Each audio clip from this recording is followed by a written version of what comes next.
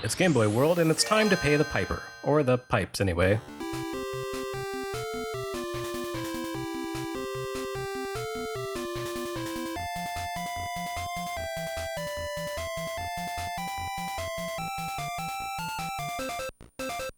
Only 1 year into the Game Boy's decade-plus long lifespan, and already we're seeing a strange tendency for game concepts and styles to cluster together. I'm not talking about the proliferation of puzzle games on the system either.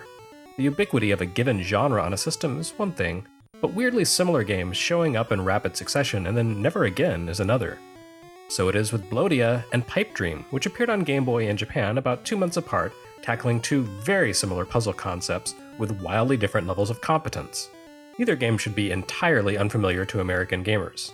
Pipe Dream showed up on pretty much every platform under the sun, either under this name or as Pipe Mania, and the concept has been commoditized as a minigame in more recent works like BioShock. Blodia is considerably more obscure, but it too made its way stateside as a TurboGrafx 16 puzzler called Timeball. It, however, has not been reprised in the modern era because it was nowhere near as entertaining as Pipe Dream.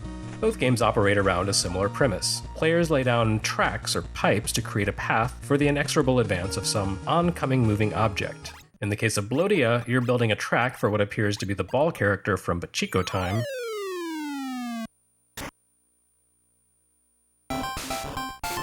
whereas Pipe Dream gives you a few seconds to create a channel for a flow of liquid sludge. In either case, the general idea remains the same. You need to define a conduit for the moving object in order to guide it to the end, preventing it from running out of track too soon. In both cases, this expresses itself by way of a puzzle-like feel, though in practice they're two very different kinds of puzzlers, despite their conceptual similarities. Blodia gives you predefined puzzles, prearranged in order of ascending difficulty. Pipe Dream, on the other hand, falls closer on the spectrum to Tetris, a test of wit and reflexes to see how quickly you can place an endless series of randomized pieces. Despite the fact that Pipe Dream is the looser and less meticulously designed of the two games, it's also by far the more enjoyable of the pair. Each screen of Blodia may be designed with exacting rigor, but it's also cumbersome to play and unreasonably difficult in practice. Conceptually, Blodia is pretty easy to understand. It's a bit like one of those sliding block puzzles in that the screen is broken into tiles with one empty square. You rearrange the tiles by filling the empty square with an adjacent tile. Admittedly, the game doesn't communicate the sliding block concept as clearly as it could. A distinct lack of animation accompanies your moves, and this makes a bigger difference than you might expect. Where other video games to feature this sort of puzzle animate the movement of tiles, including the secret airship puzzle in Final Fantasy, Blodia does not. Select an eligible tile and it snaps instantly into the empty slot. This makes sense in terms of response time. With a speedy puzzler, you don't want superfluous animations slowing you down. But developer Tonkin House cut a little too deeply while they were trimming unnecessary details. Without the visual continuity provided by a transitional animation, the game doesn't read correctly. Eventually, you can get past the unintuitive visuals, but much harder to overcome is the clumsy play design. The sliding block design is fine for small puzzles, but for the large, complex arrangements featured in Blodia, it can be downright frustrating. Even something as simple as shifting a line of tiles one space downward requires a ridiculous number of moves. Once you slide the first piece into place, the empty space will be on the wrong side of the line. So you have to push it past the end of the line, then cross over to the other side of the line, then shuffle over to the next piece you want to move, and then finally slide the target piece. Then you repeat that for each additional tile along the line you want to relocate. If you screw up later in the stage, of course, you have to start over from the beginning. It's slow, repetitive work, and Blodia somehow manages to become a tedious chore before you even make it out of the tutorial stages. The game's mechanics do offer a few advanced techniques that aren't immediately intuitive, but quickly prove essential to victory. The most important of these, you can slide pieces even while the ball is moving along that tile. In fact, you can't beat most puzzles until you master this technique. It's a matter of sheer practicality. The process of shifting large groups of tiles is so drawn out and slow that the only way to advance is often to skip that and move the ball instead. This would all be fairly clever if not for the clumsiness of the interface and the agonizing pace of the action. Other versions of Blodia, including Timeball, seem to fare better, but even those can be pretty punishing. Most reviews of the game across all its console incarnations lament its difficulty and clumsiness.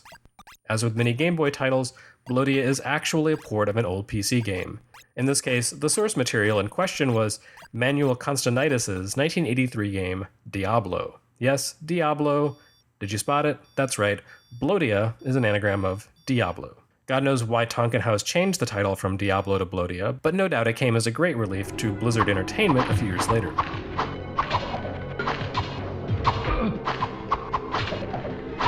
There was no reason to obfuscate the source material, as the title screen gives a proper licensing credit to Constantinitis and original Diablo publisher Broderbund. So it's just one of those things. As I mentioned before, Blodia includes what appears to be a furtive attempt at creating a mascot character, in the form of an anthropomorphized version of the rolling ball that exists as your tormentor through the game. It looks an awful lot like Pachio-kun, Marionette's friendly pachinko ball, but somehow it manages to make Blodia even more tedious. Every time you complete a stage, win or lose, our friend the ball plummets off the edge of the track in a leisurely cutscene. If you completed the stage correctly, he'll pop a parachute and drift to safety.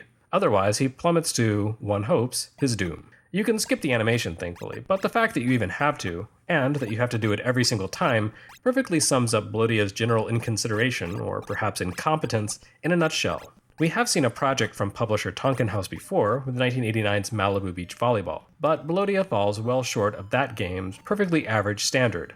Online sources credit Tonkin House as the developer as well as the publisher, but that seems unlikely.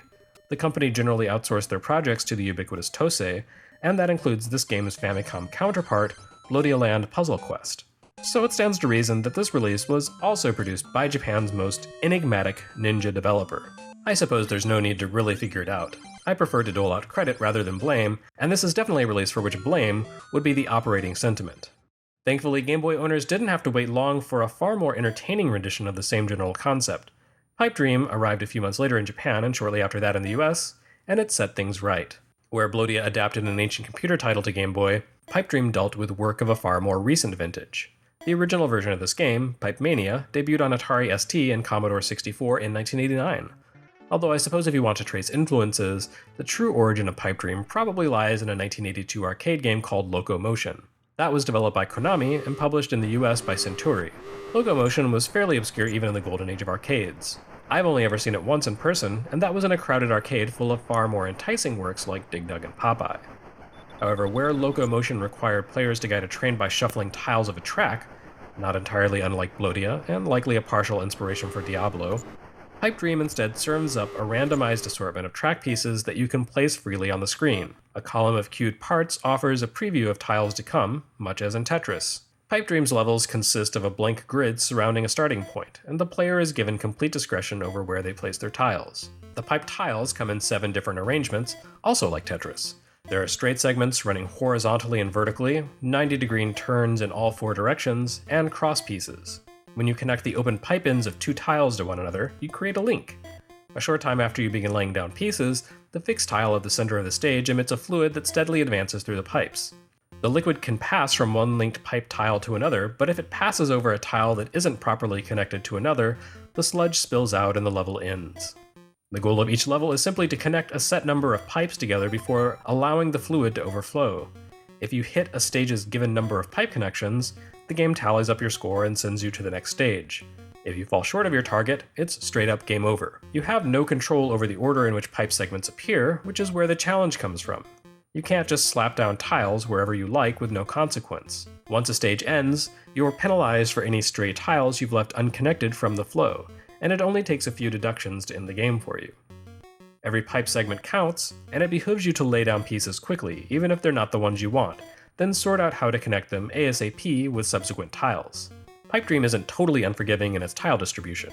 If you end up with a piece you find completely useless, you can set it down and then erase it. This incurs a penalty as well, but it's a considerably lighter one than if you drop a ton of unused pieces on the grid. You can also make headway against all those lost points by making judicious use of intersections.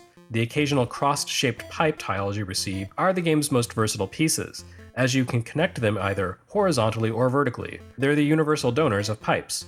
The real value of cross tiles, however, comes through when you pass the fluid through the intersection in one direction, then use corner pieces to bend the flow back around and cross the other axis of the tile. Creating this sort of overlap not only allows you to squeeze more tiles into the play space, it also earns you massive bonus points. This is, in fact, about all there is to Pipe Dream. The game's various difficulty levels mainly just speed up the flow of the ooze to give you less time to set up pipe arrangements, matched with ever-increasing requirements for tile links. It's a simple game, but its simplicity matches nicely with the randomization to create a legitimately addictive puzzler. Pipe Dream's simplicity also meant that it didn't have to be compromised in moving to Game Boy. The loss of color had no material impact on the experience. Of course, it would be hard to sell Pipe Dream as a full game experience today. The entire concept was lifted nearly verbatim into BioShock, where it worked as a hacking minigame that allowed players to take control of automated defenses and secure vending machine discounts. That was fine and dandy, but it also had the side effect of badly devaluing the entire concept of Pipe Dream.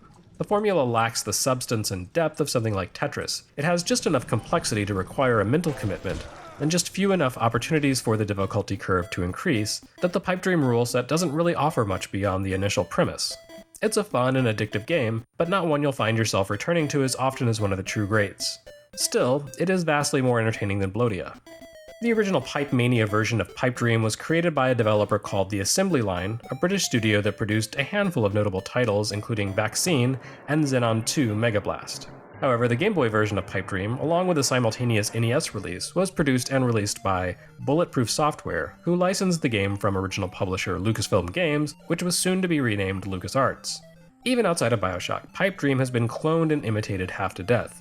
It also saw a PlayStation remake called Pipe Dreams 3D, which, contrary to what the title would suggest, was not a fully 3D remake, but simply used polygonal graphics viewed from a slightly tilted perspective. So there we have it once again. Two remarkably similar Game Boy releases, released quite close together. And then, over the next decade or so, the closest thing to these that ever appeared on the system again would be Mindscape's Loops, a far more straightforward, not to mention less interesting, variant on linking pipes together. I know the human mind instinctively tries to find patterns where none exist, but come on, you have to admit this is pretty weird. Then again, Blodia isn't a game to bother playing, or to bother remembering, so maybe this coincidence wasn't really worth mentioning at all.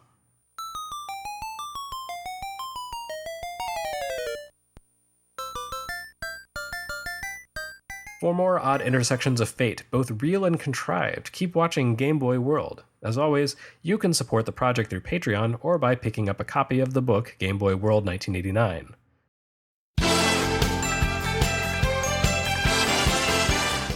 Next time, a puzzle game. No, wait, come back!